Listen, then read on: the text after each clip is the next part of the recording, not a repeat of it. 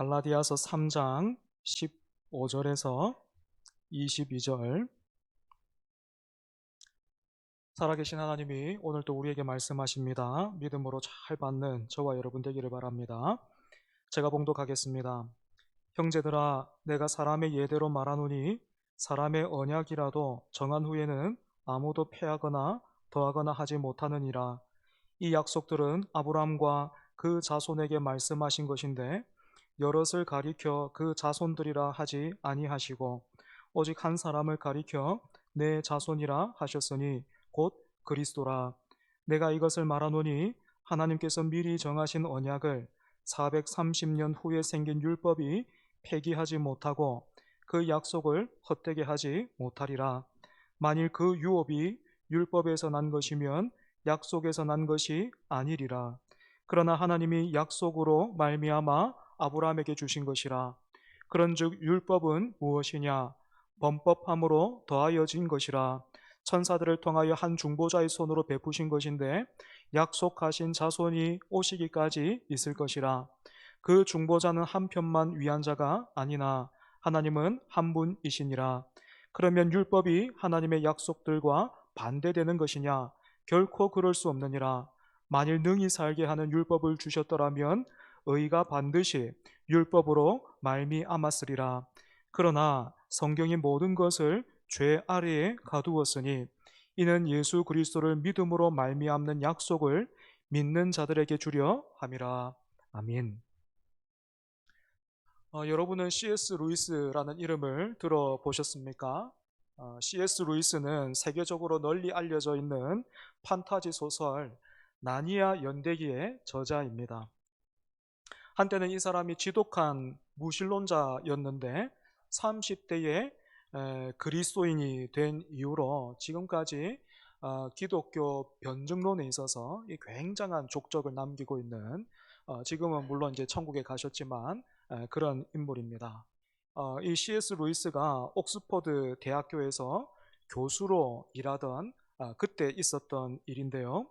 어느 날 오후에 학교 복도를 걸어가고 있는데 강의실에서 누군가 C.S. 루이스를 불렀습니다.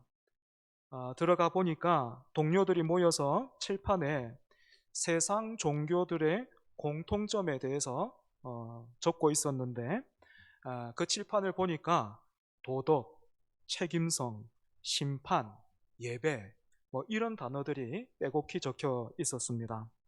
C.S. 루이스가 기독교인이라는 것을 이미 알고 있던 동료들은 C.S. 루이스에게 이렇게 물었습니다. 이 칠판에 적혀 있지 않은 것 중에서 혹시 기독교가 믿는 것이 있다면 한번 말해보라, 이렇게 물었습니다.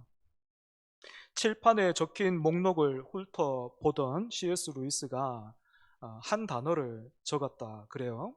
여러분, 무슨 단어 적었을까요? 어떤 단어 적었겠습니까? 옥스퍼드 대학교 교수님들이니까 이 종교에 대해서도 뭐 이렇게 또 일가견이 있을 것 같고, 그래서 많은 것들이 칠판에 적혀 있었는데 그 칠판에 빠진 거, 기독교만이 가지고 있는 거, C.S. 루이스가 탁 적었는데 뭘까요? 바로 은혜입니다. 은혜. C.S. 루이스는 은혜가 기독교의 핵심이자 세상 종교에는 없는 기독교만의 특징이다, 이렇게 생각했던 거죠. 그런데 오늘 본문을 보면 C.S. 루이스보다 훨씬 앞선 시대를 살았던 바울도 똑같은 말을 하고 있습니다. 바울이 갈라디아서를 기록할 당시에 갈라디아 교회의 상황과 형편이 어땠습니까? C.S. 루이스가 동료들이 모여있던 강의실에 들어오기 전에 그런 분위기, 그런 상황과 비슷했지요, 그지? 다만 차이가 있다면 C.S. 루이스의 동료들은 예수 그리스도의 복음, 즉 은혜에 대해서 문외한이었다면 갈라디아 교회와 성도들은 이미 바울로부터 복음을 들었고 믿고 있었다라는 것입니다. 그런데 그런 교회와 성도들이 어느 순간부터 C.S. 루이스가 들어오기 전에 강의실의 그 분위기처럼 변해버린 거죠. 왜 이렇게 되었을까요? 무엇이 교회와 성도를 변하게 했을까요? 이유는 간단합니다. 그지? C.S. 루이스가 딱 적었던 그 단어. 그지? 은혜의 감격이 교회와 성도들에게서 사라졌기 때문이죠. 누군가가 다가와서 은혜가 무엇입니까? 라고 물으면 은혜는 하나님께서 자격 없는 자에게 거저 베풀어 주시는 호의입니다. 이렇게 설명할 수는 있지만 그래서 그 은혜를 언제 받았습니까? 그 은혜 누리고 있습니까? 그 은혜의 감격에서 살고 있습니까? 이렇게 물어보면 기억을 어디까지 거슬러 올라가야 되는 거예요. 여러분, 이처럼 은혜가 핵심인 기독교에 은혜가 사라지면 은혜로 구원받은 성도들에게서 은혜의 감격이 식어지고 사라지면 어떤 일 일어납니까? 마태복음 5장 13절에 우리 주님이 이렇게 말씀하셨습니다. 너희는 세상의 소금이니 소금이 만일 그 맛을 잃으면 무엇으로 짜게 하리요? 후에는 아무 쓸데없어 다만 밖에 버려져 사람에게 밟힐 뿐이니라. 듣기에 불편하실 수도 있겠지만 저는 이미 이 시대의 기독교가 맛을 잃은 소금처럼 변하고 있고 그래서 사람들에게 밟히고 있다 그렇게 생각합니다. 오늘날 대중매체가 기독교를 어떻게 소비하고 있는지 여러분 한번 생각해 보십시오. 드라마나 영화에서 기독교가 어떤 모습으로 등장하고 있는지 여러분 한번 떠올려 보십시오. 세상은 이제 우리 기독교에 대해서, 교회에 대해서, 믿는 자들에 대해서 그 어떤 기대도 갖고 있지 않습니다. 이런 현실에 우리는 어떤 반응을 보이고 있습니까? 아무도 이렇게 우리를 향해서 기대하지 않고 있는 이 현실, 이 속에서 우리는 어떤 반응 보이고 있습니까? 기독교 안에서 뭔가 사건이 터지고 어떤 인물이 부각되면서 그 사람이 비난받을 때마다 어떻게 합니까? 우리는 아니라고. 나는 그런 목사 아니라고. 나는 저런 사람들과 다르다고. 열심히 손만 내줬지. 나는 아니라고. 그치? 같이 욕하면서 손만 내줘요. 그래서 무엇이 어떻게 다른지 보여주기보다는 밟으려면 이쪽은 아니니까 저쪽을 밟으라면서 손가락질하고 있을 뿐입니다. 여러분은 어떠십니까? 여러분은 은혜 속에 살고 계십니까? 여러분은 은혜 받고 계십니까? 은혜의 감격 속에서 여러분 살고 계십니까? 혹시 은혜를 줘야 받지? 뭐 그렇게 생각하십니까? 네, 그 말도 맞는 것 같아요. 목회자로서 은혜를 끼치지 못한다라는 그 생각에 늘 하나님 앞에서 그리고 또 여러분 앞에 부끄럽고 죄송해요. 하지만 여러분, 갈라디아 교회와 성도들이 누구로부터 복음 들었습니까? 저같이 부족한 사람 아니고 사도 바울로부터 복음 들었잖아요. 그지? 뿐만 아니라 예수님으로부터 직접 하나님 나라의 복음을 들었던 사람들. 예수님이 누구예요? 성자 하나님. 그지? 하나님으로부터 직접 복음을 들었던 그 사람. 하나님을 보고 하나님을 만지고 그 입에서 나오는 말씀을 들었던 그 사람들 어떻게 했습니까? 찰나의 기쁨과 만족은 있었어요. 그죠? 병이 떠나가고 또 오병이어를 통해서 예수님께서 주시는 그 떡과 물고기 받아 먹을 때 너무너무 신났어요. 하지만 결국에는 예수님을 십자가에 못 박았고 갈라디아 교회와 성도들은 거짓 교사들에 속아서 바울을 의심하고 비난했습니다. 왜 이런 일이 일어납니까? 어째서 이런 일들이 일어납니까? 은혜에 대해 들었지만 그 은혜에 뿌리를 내리지는 못했기 때문이지. 은혜의 뿌리를 내리지 못했다. 이 말은 우리가 은혜의 감격을 회복하기 위해서는 탁월한 설교자와 훌륭한 찬양팀과 잘 갖춰진 방송시설과 만날 때마다 나이스한 그런 사람들이 그런 것들만이 필요한 것이 아니다라는 뜻입니다. 은혜의 감격을 회복하기를 원하는 우리에게 언제나 먼저 있어야 할 것. 또 우리가 먼저 힘을 써야 할 것은 다른 것이 아니고요.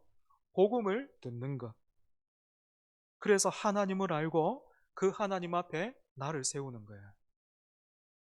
하나님을 아는 것은 그렇다면 무엇을 의미합니까? 이미 여러분들 알고 계시겠지만 제가 다시 한번 설명하겠습니다. 저는 1년에 한 3, 4번쯤 노회라는 모임에 참석해요. 노회는 우리 교단에 속한 진주 인근의 목회자들이 다 같이 모이는 그 회의인데 제가 1년에 한 3, 4번 그 모임에 참석하고 있습니다. 벌써 제가 진주에 온 지 10년 정도 되니까 노예에 가면 대부분 낯은 익어요. 얼굴이 대부분 알아요. 얼굴은.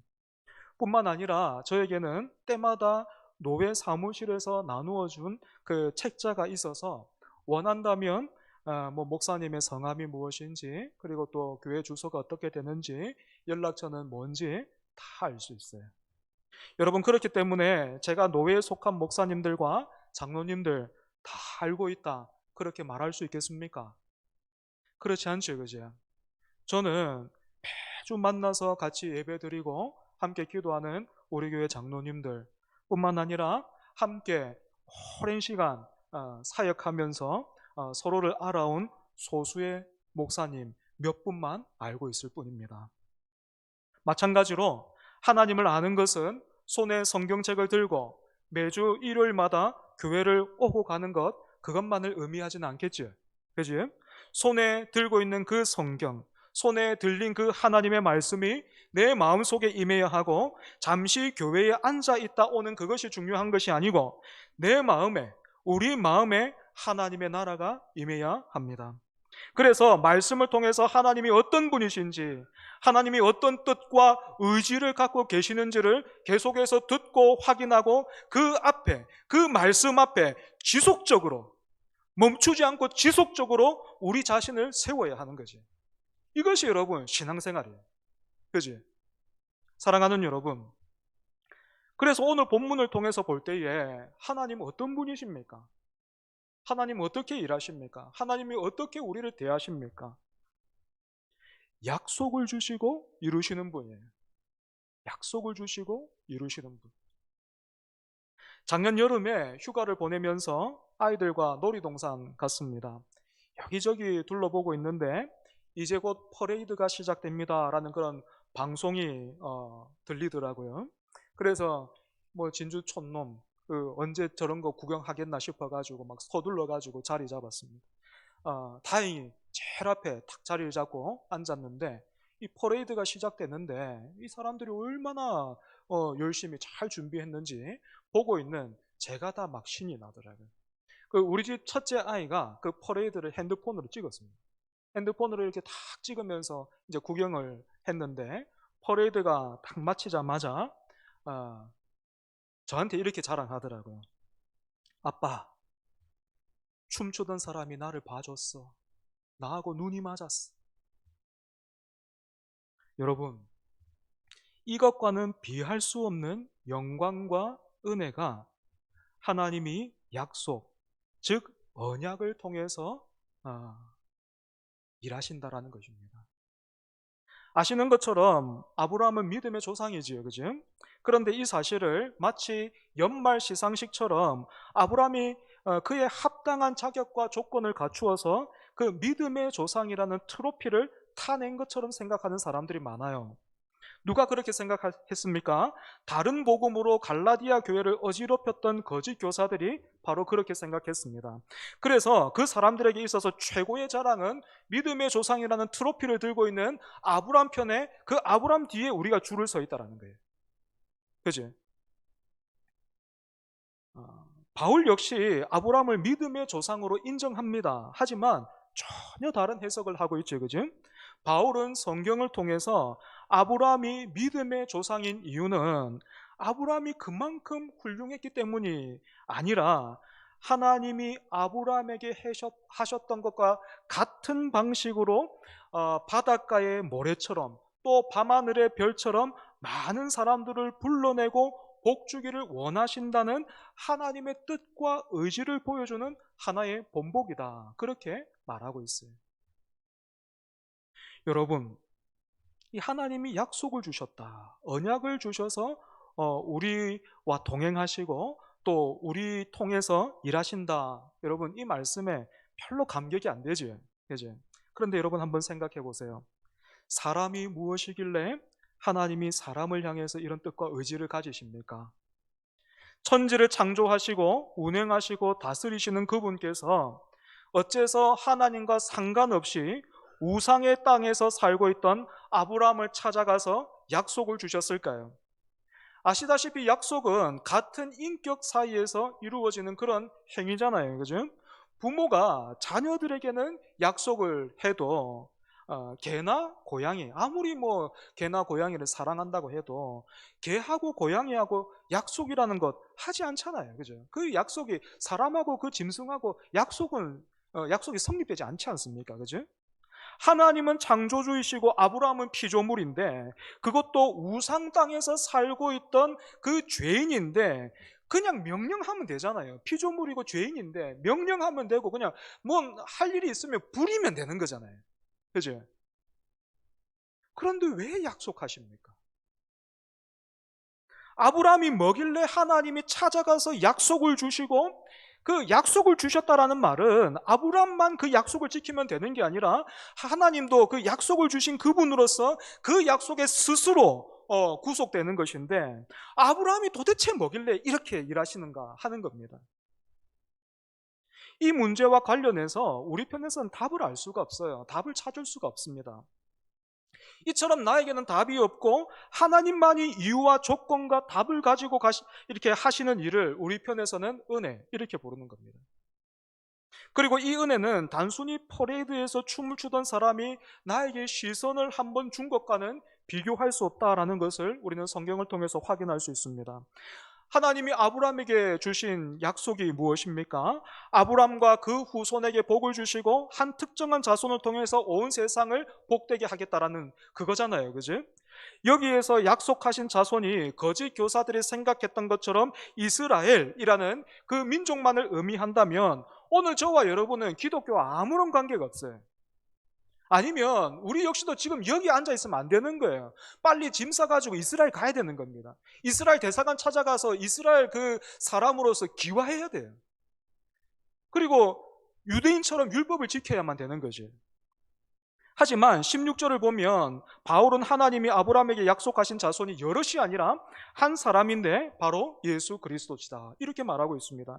이렇게 본다면 하나님이 아브라함에게 약속하신 땅은, 그리고 오늘 본문에 나오는 믿음으로 말미암아 받는 그 유업은 무엇입니까? 바로 천국을 의미하는 겁니다.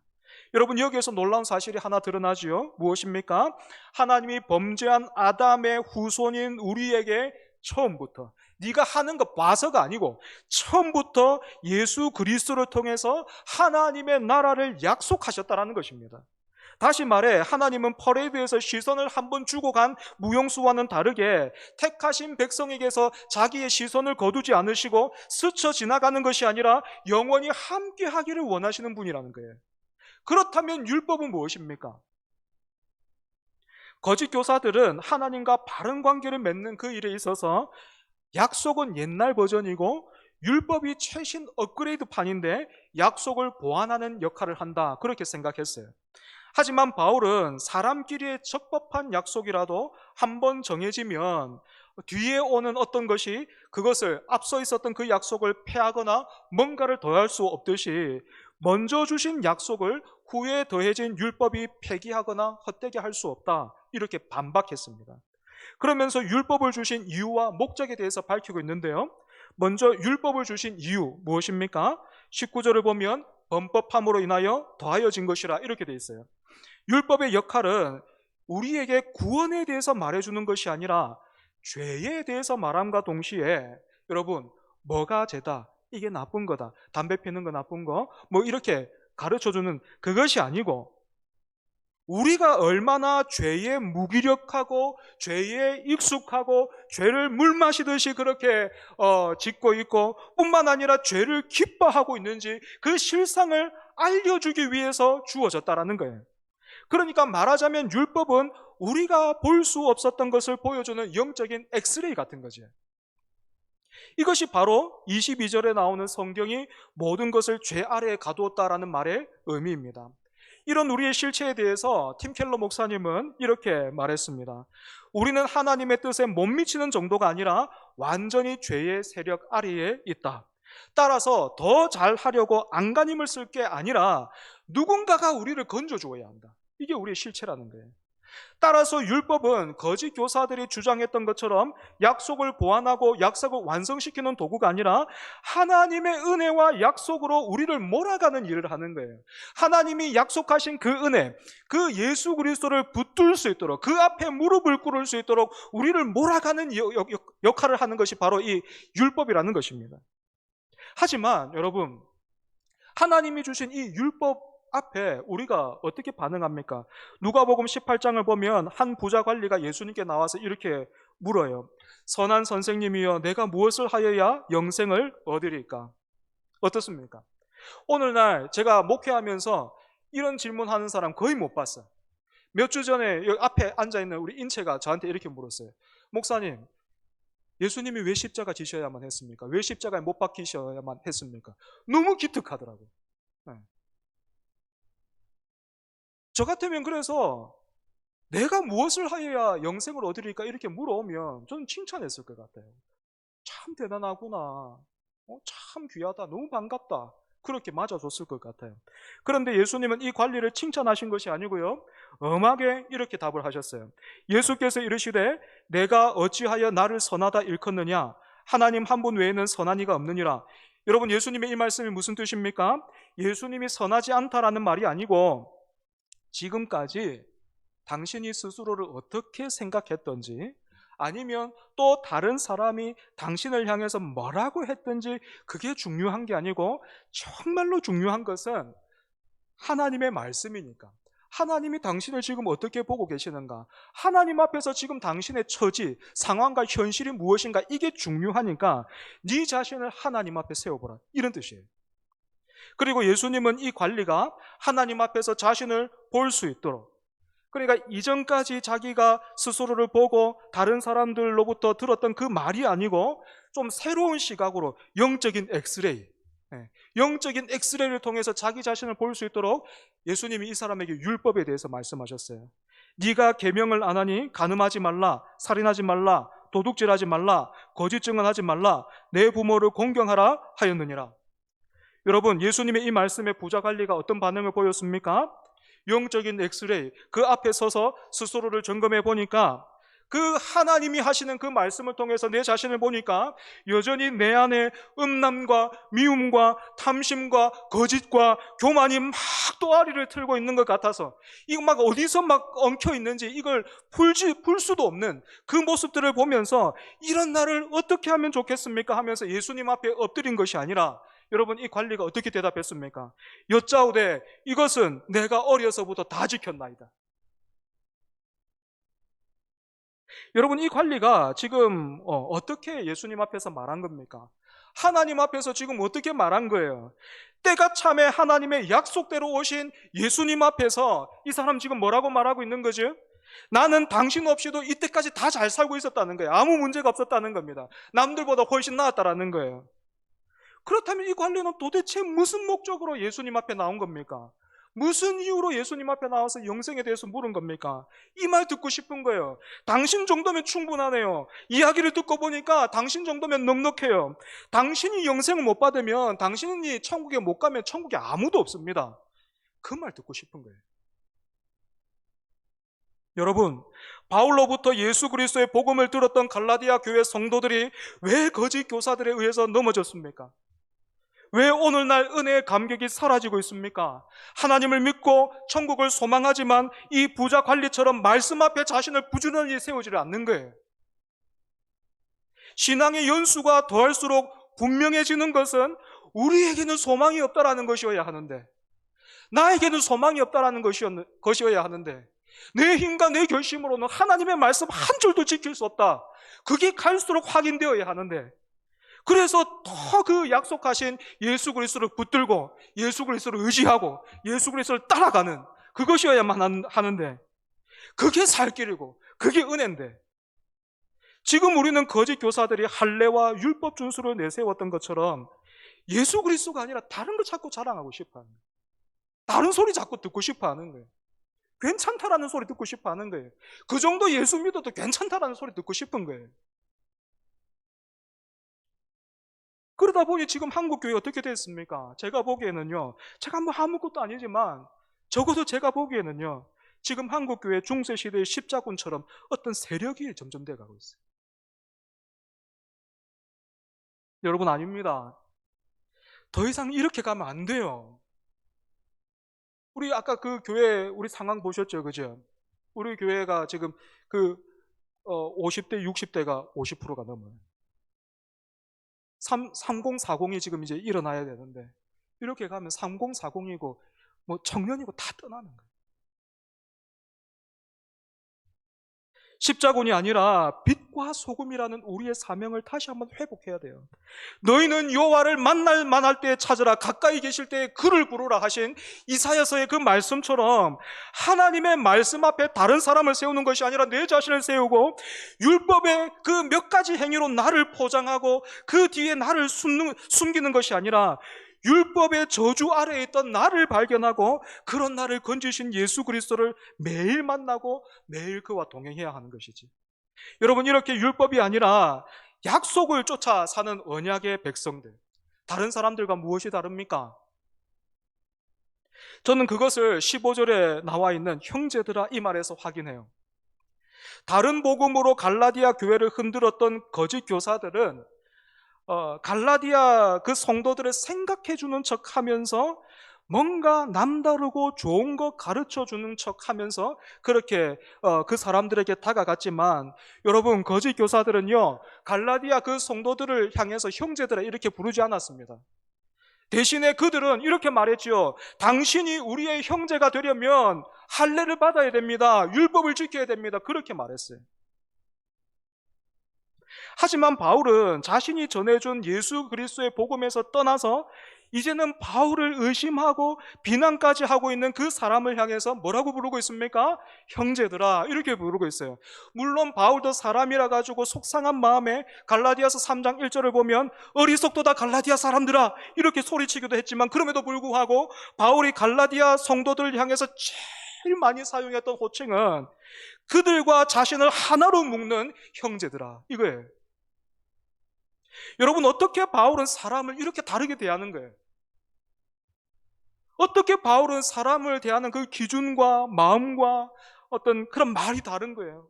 어떻게 이런 다른 시선을 갖고 있는 거예요? 왜 바울은 자신을 배신하고 의심하고 비난하고 있는 그 사람들을 향해서 나는 할 만큼 했으니까 이제 나는 모르겠다, 당신들이 알아서 해보라, 그렇게 하지 않고 여러분 계속해서 형제들아 이렇게 부르고 있습니까? 이유가 무엇입니까? 바울이 탁월한 거예요. 여러분, 그렇게만 보면 복음이 의미가 없어요.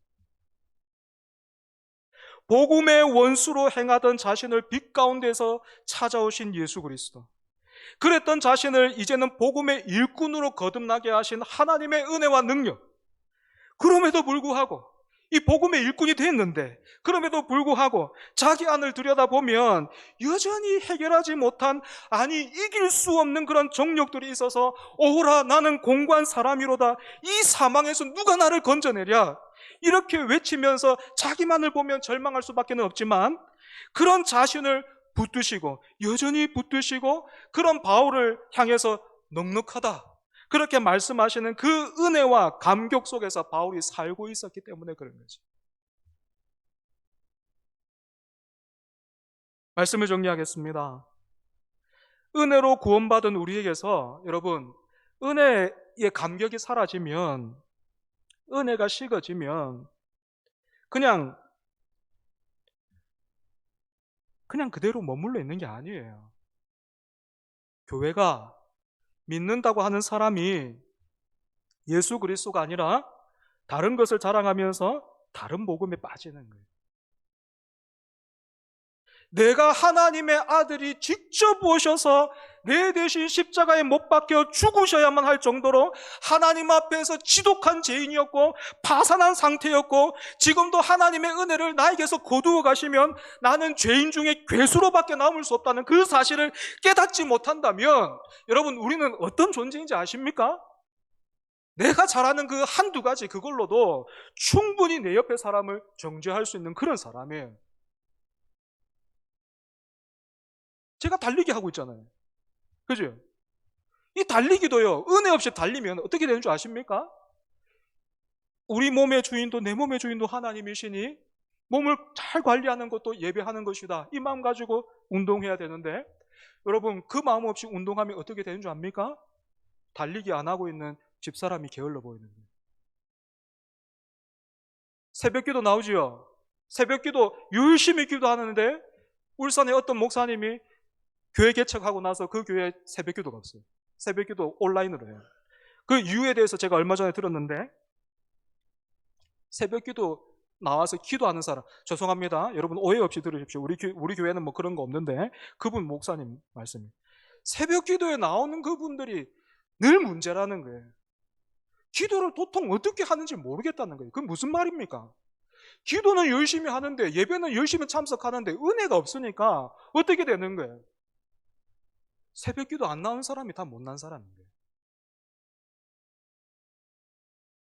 그게 우리입니다, 여러분. 그게 우리예요.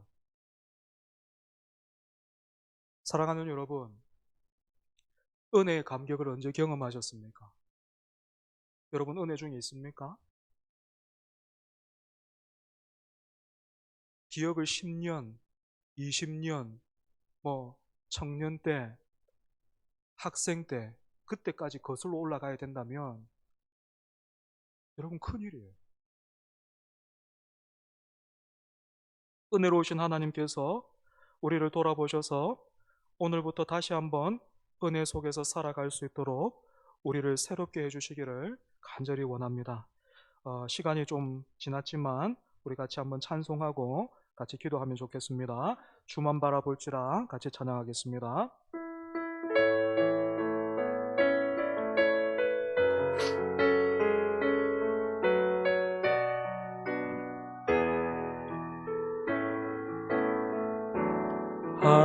하나님의 사랑을 사모하는 자, 하나님의 평안을 바라보는 자, 너의 모든 것 창조하신 우리 주님이 너를 얼마나 사랑하시는지,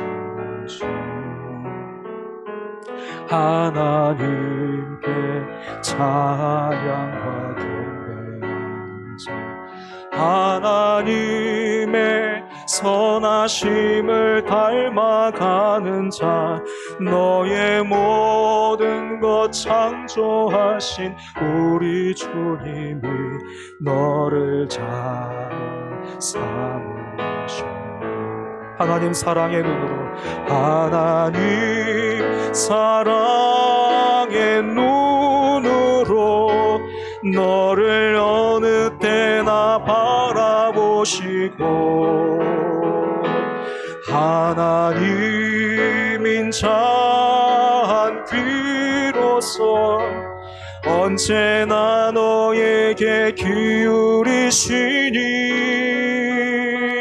어두움에 밝은 빛을 비춰주시고 너의 작은 신음에도 응답하시니, 너는 어느 곳에 있든지 주를 향하고 주만 바라볼 하나님 사랑의 눈으로, 하나님 사랑의 눈으로 너를 어느 때나 바라보시고, 하나님인 귀로서 언제나 너에게 기울이시니,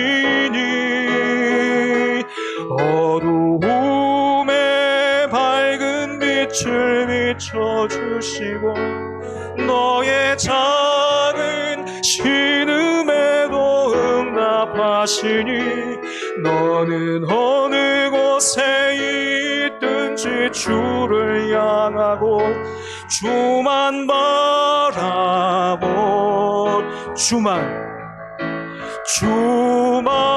바라볼지라.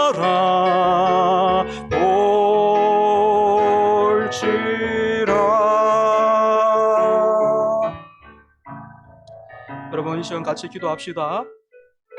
들은 말씀을 기억하면서 또 함께 찬송한 것처럼 이 시간 주님만 바라보게 하옵소서. 우리가 그렇게 기도하면 좋을 것 같아요. 여러분, 주만 바라보며 사는 것 어떻게 사는 것입니까? 우리가 이미 그 부른 찬송처럼 하나님의 사랑을 사모하고 하나님의 평안을 바라보고 하나님께 찬양과 경배를 드리며 하나님의 선하심을 닮아가면서 하나님이 우리를 얼마나 사랑하시는지 약속을 주신 그 은혜를 따라서 하나님의 자녀답게 살아가는 거잖아요. 그죠?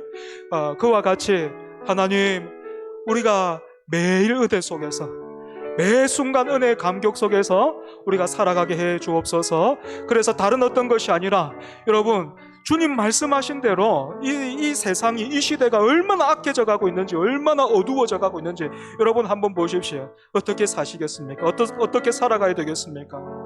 주만 바라봐야 됩니다. 은혜가 회복돼야 됩니다.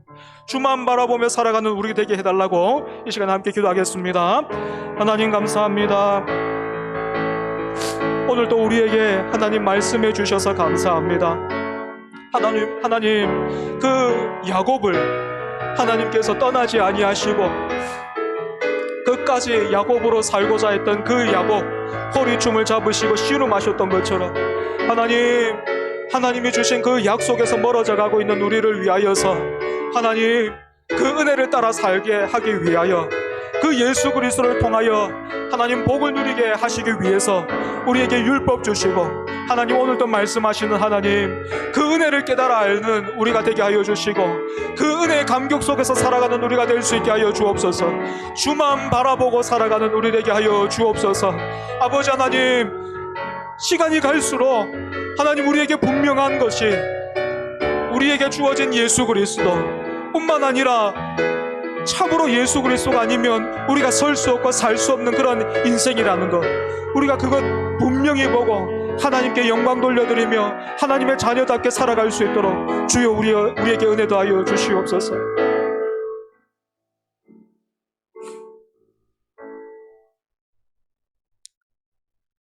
하나님 아버지, 오늘도 우리를 놓지 아니하시고